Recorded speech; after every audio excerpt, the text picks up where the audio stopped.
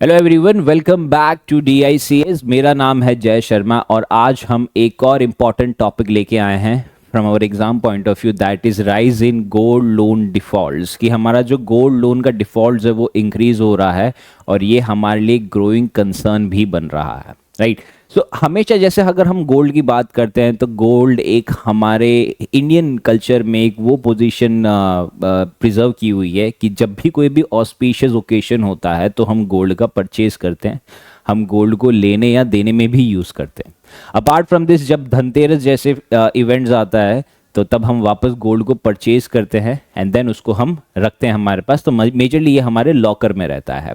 But कई बार ऐसे scenario develop हो जाते हैं जब हमें गोल्ड को सेल आउट करना पड़ता है। तो ये सिनेरियो मेजरली एक लास्ट रिजॉर्ट होता है कि एक इंसान की लाइफ में जब और कोई ऑप्शन नहीं बचा है, उसके पास कुछ पैसे का सोर्स नहीं बचा है, तब जाके वो गोल्ड को गिरवी रखता है और उसके बेसिस पे वो लोन लेता है, राइट। अब ये लोन लेता है फ्रॉम दी बैंक्स हो गया या NBFCs हो गया। तो यहाँ पे जो मेजर इशू क्रिएट ये हुआ है कि जब वो लोन ले रहा है तो वो डायर सिचुएशन में होता है, तब वो लोन लेता है। दैट मीन उसके बाद और कोई ऑप्शन नहीं बचा है, तो उसके चलते वो जिससे लोन ले रहा है देयर आर चांसेस कि वो एक पोटेंशियल NPA बन सकता है।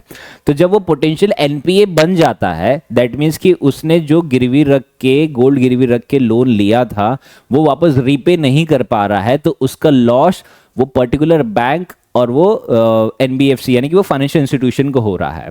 तो इसके चलते किसी और को अगर लोन लेना होता है, मे बी वो गोल्ड लोन नहीं है, कोई और टाइप का लोन है, तो जो बैंकिंग फंक्शन है, जो फाइनेंशियल इंस्टीट्यूशन का रेगुलेशंस है, वो यहाँ पे हैम्पर होता है।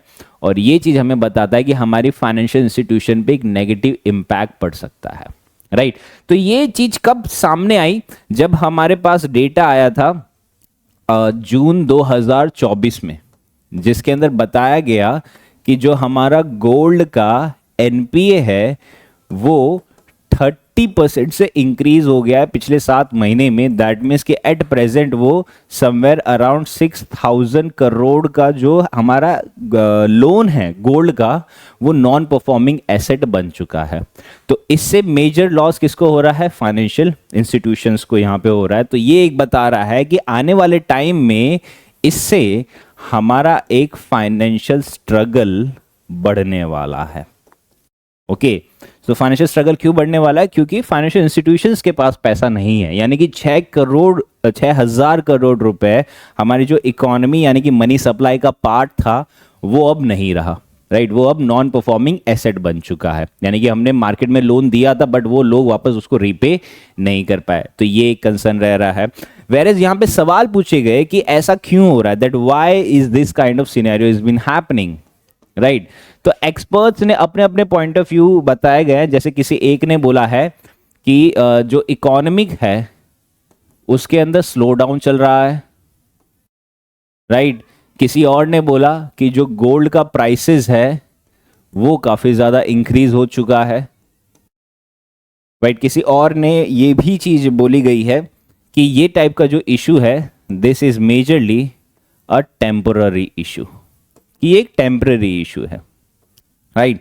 इसके अलावा हमारे कई और टाइप के सवाल हम यहाँ पे रेज करते हैं। जैसे एक सवाल जो यहाँ पे हम ज़रूर उठाते हैं, दैट मीन्स कि ये तरीके का जब अगर NPA होता है तो उसका इम्पैक्ट क्या रहता है हमारी फाइनेंशियल इंस्टीट्यूशंस यानी कि जो बैंक्स हो गया या जो NBFCs हो गई, उन पे क्या टाइप का इम्पैक्ट यहाँ पे जनरेट किया जाता है, ठीक है। फिर अनदर सवाल ये बनता है कि क्या टाइप के एक्शंस RBI ले रही है कि ये तरीके के क्राइसिस को वो प्रिवेंट कर सके। ओके, तो ये सभी चीजें हम हमारी वीडियो में समझेंगे, जहां पे जो हमारा मेजर पॉइंट रहेगा that is to understand the rising non performing asset in the gold loan scenario, right. तो अगर हम वन बाय वन इसको समझते हैं तो सबसे पहले अगर हम की पॉइंट समझते हैं तो जैसे हमने देखा कि ये जून 2024 में पता चला कि जो गोल्ड लोन्स का NPA है वो 30% से इंक्रीज होके 6,696 करोड़ पे पहुंच चुका है, ठीक है। और अगर हम इसको ब्रेक डाउन करते हैं तो ये 30% में से जो कमर्शियल बैंक्स है उसका जो लोन अमाउंट NPA हुआ है दैट इज 2,445 करोड़, जो उसके लिए 62% से बढ़ गया है कमर्शियल बैंक में, राइट। वेरेज अगर हम एनबीएफसी का डेटा देखते हैं तो उसमें रिमेनिंग 4251 करोड़ रुपीस हुआ है, जो अगेन उसके लिए 24% से बढ़ा है। सो ये दोनों मिला के अगर हम देखते हैं ओवरऑल तो 30% से इंक्रीज हुआ है, और जो ओवरऑल अमाउंट है वो है ₹6,696 करोड़, राइट। सो दैट ये बहुत बड़ा नंबर है हमारी इकोनॉमी के लिए। आई मीन जैसे हम जो इकोनॉमी, जैसे हमारी जो सोसाइटी की बात करते हैं जहाँ पे पर कैपिटा इनकम ही हमारा 20-25 हज़ार है सालाना, तो उसमें से अगर आप 6,000 करोड़ का मिसमैनेज हो चुका है, सो दैट मीन्स कि ये हमारे फाइनेंस में, हमारी इकोनॉमी के लिए एक बहुत ही नेगेटिव इम्पैक्ट लाने वाला है। So that means financial struggle start होने वाली है अगर इसको टाइमली हमने एड्रेस नहीं किया तो, ठीक है। अब वन बाय वन करके हम इसके रीजन समझते हैं। जैसे पहला रीजन, जैसे हमने देखा गया कि कहा जा रहा है कि इकोनॉमी का जो स्लो डाउन चल रहा है उसके चलते हमारा इनकम लेवल नहीं बढ़ रही है। अब इकोनॉमी का स्लो डाउन होना यानी क्या होता है कि जब हमने देखा था कि जब कोविड-19 हुआ था, तो कोविड-19 के बाद में हमने रिकवरी करना स्टार्ट कर दिया था। तो रिकवरी दो तरीके से होती है। जैसे एक ग्राफ होता है, वो ग्राफ में ये नीचे गया कोविड-19 की वजह से, एंड देन ये वापस ऊपर आया, तो ये क्या हो गया, ये वी शेप हो गया, राइट। तो ये वी शेप में रिकवरी हुई, राइट। ये यूजुअली होता है, पर इंडिया में कैसा हुआ कि इंडिया में जो रिकवरी हुई है वो के शेप में हुई है। यानी कि एक टाइम पे एक सेक्टर ऑफ पॉपुलेशन है जो काफ़ी ज़्यादा पैसा कमा रही है, और एक सेट ऑफ पॉपुलेशन है जो बहुत कम पैसा कमा रही है। तो इससे क्या हो रहा है कि हमारी इकोनॉमी में इनइक्वालिटी बढ़ रही है। तो ये के शेप में ऑब्जर्व किया गया है। तो इंडिया में के शेप रिकवरी हुई है आफ्टर कोविड, ठीक है। सो दैट मीन्स कि कोविड के बाद हम देख रहे हैं कि ये गोल्ड लोन चाहिए किसको होता है, आई मीन कौन गोल्ड लोन लेता है, वो पॉपुलेशन लेती है जो काफ़ी ज़्यादा वल्नरेबल है, जो इकोनॉमिक कंडीशन उनकी अच्छी नहीं है, वो गोल्ड लोन लेता है, वो अपना सोना गिरवी रख के वो लोन लेता है। तो ये टाइप की जो पॉपुलेशन है ये और भी ज़्यादा वल्नरेबल है, इनके पास रीपेमेंट कैपेसिटी नहीं होती है। तो जब इकोनॉमिक स्लो डाउन चल रहा है, वल्नरेबल पॉपुलेशन है, तो वहाँ पे वो रीपेमेंट नहीं कर पाते हैं। So that is quite difficult, right. जो दूसरा रीज़न हम यहाँ पे ये चीज़ देख सकते हैं कि दूसरा रीज़न में क्या होता है कि मान लीजिए कि मैंने कोई गोल्ड परचेज किया है 2014 में, ठीक है। 2014 में मैंने जो गोल्ड परचेज किया था उसकी 60,000 वैल्यू थी, right. We are just taking an example, okay. तो तब मेरी कंडीशन थी। अब मेरे को ऐसा है कि 10 साल बाद 2024 में मेरे पास पैसे नहीं हैं, तो अब मेरे को गोल्ड को वो करना है, गिरवी रखना है। तो अब इसकी वैल्यू कितनी हो गई है, अब इसकी वैल्यू हो गई है 80,000। तो पहले मेरे जो कैपेसिटी थी मेरी 60,000 का सोना खरीदने की, वो मेरी कैपेसिटी बढ़ के 80,000 हो गई है। तो अब जो मेरे को लोन मिलेगा वो 60,000 की वैल्यू पे ना मिलके वो मेरे को 80,000 की वैल्यू पे मिलेगा। सो दैट मीन्स कि मैं जितना अफोर्ड कर सकता था लोन, उससे ज़्यादा मेरे को लोन मिलेगा। तो जो ऑलरेडी जो पॉपुलेशन वल्नरेबल है, जिसके पास पैसा नहीं है, जो पैसा लेने के लिए गोल्ड को गिरवी रख रहा है और वो गोल्ड की वैल्यू बढ़ गई है, तो उसका जो लोन उसको मिलेगा वो लोन को वो रीपे नहीं कर पाएगा, राइट। तो ये सेकेंड इशू यहाँ पे जनरेट कर रहे हैं कि यहाँ पे जो इनडेप्टेडनेस है वो और भी ज़्यादा इंक्रीज हो रही है। क्यों? क्योंकि जो बोरोवर है वो रिपेमेंट ऑब्लिगेशन फुलफिल नहीं कर पा रहा है, ठीक है। अब जो थर्ड सिनेरियो यहाँ पे ये डेवलप होता है कि कई सारे जो बोरोवर्स है उनको क्रेडिट स्कोर के बारे में अवेयरनेस नहीं है, राइट। अवेयरनेस से ज़्यादा वो केयर ही नहीं करते, they don't have any care about this credit score. So उनके लिए ये चीज़ एक नॉर्मल सिनेरियो ही रहता है। तो उनको ये अवेयरनेस नहीं है कि अगर मैंने आज लोन लिया है, अगर मैं इसका टाइमली रीपेमेंट नहीं करता हूं तो मेरा जो क्रेडिट स्कोर है वो डैमेज होगा, जो मेरे को लॉन्ग टर्म में बहुत ज़्यादा इशू क्रिएट कर सकता है कि अगर मेरे को फ्यूचर में वापस लोन लेना है तो मेरे को लोन नहीं मिलेगा। क्यों? क्योंकि मेरी क्रेडिट हिस्ट्री डैमेज हो चुकी है। तो ये 3 मेजर रीज़न बताए गए हैं। पहला ये आ जाता है कि इकोनॉमी में स्लो डाउन चल रहा है, कि लोगों का पैसा ही नहीं बढ़ रहा, राइट। क्योंकि पैसा नहीं बढ़ने से क्या होता है कि जैसे हमने देखा कि इकोनॉमी में जब के शेप रिकवरी चल रही है तो ये पर्टिकुलर जो सेक्शन है इनके पास पैसा नहीं आया है, ओके। तो जब इकोनॉमी में पैसा नहीं आया है दैट मीन्स इनके पास पैसा नहीं है। ये उन लोगों की मैं बात कर रहा हूँ जो लेबर क्लास है। अब लेबर क्लास कौन सी चीज़ों की डिमांड करते हैं? बेसिक गुड्स की, लाइक रोटी कपड़ा मकान। तो जब अब इकोनॉमी में रोटी कपड़ा मकान की डिमांड नहीं होगी तो वो इकोनॉमी में लग्जरी गुड्स की भी डिमांड नहीं हो पाएगी। ओके, तो दैट मीन इकोनॉमी में एक स्लो डाउन चलेगा। तो ये चीज़ यहाँ पे बताई गई है कि लोगों की इनकम इतनी नहीं बढ़ रही है। ओके, तो उसके चलते वो रीपे ही नहीं कर पा रहे। फिर दूसरा है कि जो प्राइसेस है गोल्ड प्राइसेस वो इंक्रीज हो गई है, तो वो रीपेमेंट कैपेसिटी पे उनको अफेक्ट कर रहा है। एंड थर्ड है कि उनको अवेयरनेस नहीं है कि इसका लॉन्ग टर्म इफेक्ट क्या हो सकता है, कि लोग short term point of view से वो लोन ले रहे हैं, दे हैव नो क्लू कि हम इसको वापस रीपेमेंट कैसे करेंगे।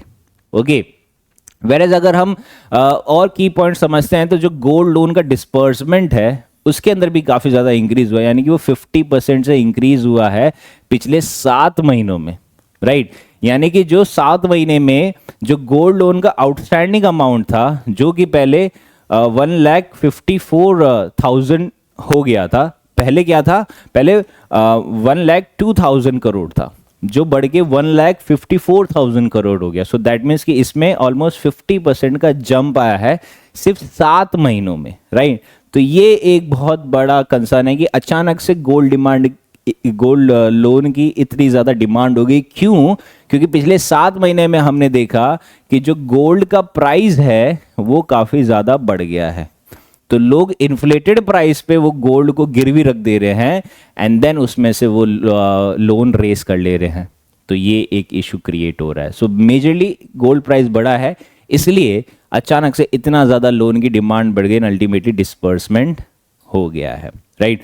सो अगर गोल्ड लोन बुक देखें ऑफ बैंक और एनबीएफसी का अगर कंबाइंड करते हैं तो वो 3 लाख करोड़ से भी ज़्यादा बढ़ गया है। So that means 3 lakh crore का लोन घूम रहा है गोल्ड को गिरवी रख के, राइट। एंड उसमें से 6,000 करोड़ जो है वो डिफॉल्ट हो चुके हैं, वो डिक्लेयर हो गए हैं एनपीए, और भी हो सकते हैं आने वाले सालों में। ठीक है, अब सवाल ये बनता है कि आरबीआई ने यहाँ पे क्या रोल रखा है खुद का, कि आरबीआई ने क्या किया है। कि आरबीआई ने सबसे पहले कुछ जो वीकनेस है उनको आइडेंटिफाई किया है इन गोल्ड लोन सेक्टर में। जैसे हमने ये देखा कि यहाँ पे वल्नरेबल सेक्शन जो होती है, हमने रीज़न क्या देखा, रीज़न ये देखा कि एक साइड है कि जो वल्नरेबल सेक्शन है वो लोन ले रही है, दूसरा साइड हमने देखा कि जो गोल्ड का प्राइस है वो इंक्रीज हो गया है, राइट। एंड तीसरा देखा कि क्रेडिट स्कोर की अवेयरनेस नहीं है।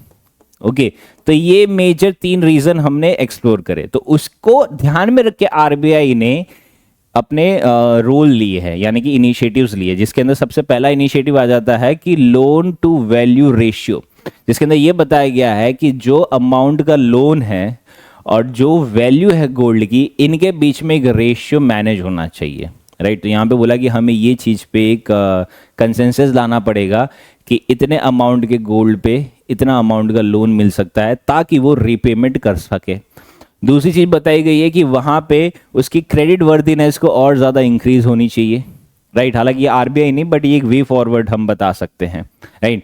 फिर सेकंड चीज़ बोलते हैं कि आरबीआई ने बोला है कि ट्रांसपेरेंसी हमें इंक्रीज करनी है ड्यूरिंग गोल्ड ऑक्शन, क्योंकि ट्रांसपेरेंसी नहीं है, उसके चलते जो रिस्क वेट एप्लीकेशन है उसमें कई सारे एरर्स हमें ऑब्जर्व किए जाते हैं। तो ये 3 मेजर इनिशिएटिव्स जो है आरबीआई ने अनाउंस किए हैं कि ये होने चाहिए। तो उसके बेसिस पे अगर हम देखते हैं कि जो की सजेशंस है कि हम क्या टाइप के वे फॉरवर्ड ले सकते हैं, तो जैसे हमने देखा कि सबसे पहला है कि हमें क्रेडिट असेसमेंट करने की काफ़ी ज़्यादा ज़रूरत है, कि आप क्रेडिट असेसमेंट करो, आप उसका वेरिफिकेशन करो, जो काफ़ी ज़्यादा हेल्प करेगा एक बैंक को और एनबीएफसी को, कि आप सिर्फ ये मत देखो कि ये गोल्ड उनको गिरवी मिल गया है तो गोल्ड का ऑक्शन कर देंगे हम, ठीक है। तो वो गोल्ड के ऑक्शन करने में भी और कई सारे टाइप के इशू है, तो वो ना देख के आप पहले क्रेडिट हिस्ट्री देखो कि वो रीपेमेंट कर पाएगा या नहीं। आप डायरेक्ट ये देख रहे हो कि जो उसने मॉर्गेज रखा है गोल्ड का, हम उसको ऑक्शन करके कमा लेंगे, बट वो ऑक्शन करने में भी आपके रिसोर्सेज लग रहे हैं, राइट। कि वो ऑक्शन करने में भी आपको एक एग्जीक्यूटिव हायर करना पड़ रहा है, वो उसका ऑक्शन करता है, तो जितने ज़्यादा आपको ऑक्शन करने पड़ेंगे उतने ज़्यादा आपको एग्जीक्यूटिव हायर करने पड़ेंगे। ओके, फिर सेकंड बताया गया है कि हमें लोगों को फाइनेंशियल लिटरेसी के बारे में बताना पड़ेगा, मेजरली उनको क्रेडिट स्कोर का इंपॉर्टेंस बताना पड़ेगा, that how credit scores are very very important, वो आपके लिए आपके फ्यूचर में आपको किस तरीके से वो हेल्प करते हैं। एंड जो थर्ड आ जाता है कि आपको फ्लेक्सिबल रीपेमेंट के ऑप्शंस को एक्सप्लोर करना पड़ेगा, कि आपको थोड़ी सी फ्लेक्सिबिलिटी बतानी पड़ेगी ताकि वहां पे डिफॉल्ट के चांसेस कम से कम हो, क्योंकि अगर एक बार डिफॉल्ट हो जाता है उसका तो फिर वो वापस वो कहता है कि हाँ ठीक है मेरे को डिफॉल्ट में ही रहना है, मेरे को और आगे इसमें नहीं जाना है। ओके, तो ये एक सिनेरियोज रहते हैं। ठीक है, तो उसके बेस पे एक क्वेश्चन है, जो क्वेश्चन ऑफ द डे है, जो आप प्लीज कमेंट सेक्शन में जरूर मेंशन कीजिए, I will personally evaluate it, that how can banks and NBFCs improve their gold loan disbursement and monitoring process to prevent a rise in defaults, right? तो इसको please आप लोग refer कीजिए, right? So this is it from today's video. The coming video will be covering more such kind of topics. Till then, stay safe and study well. Thank you.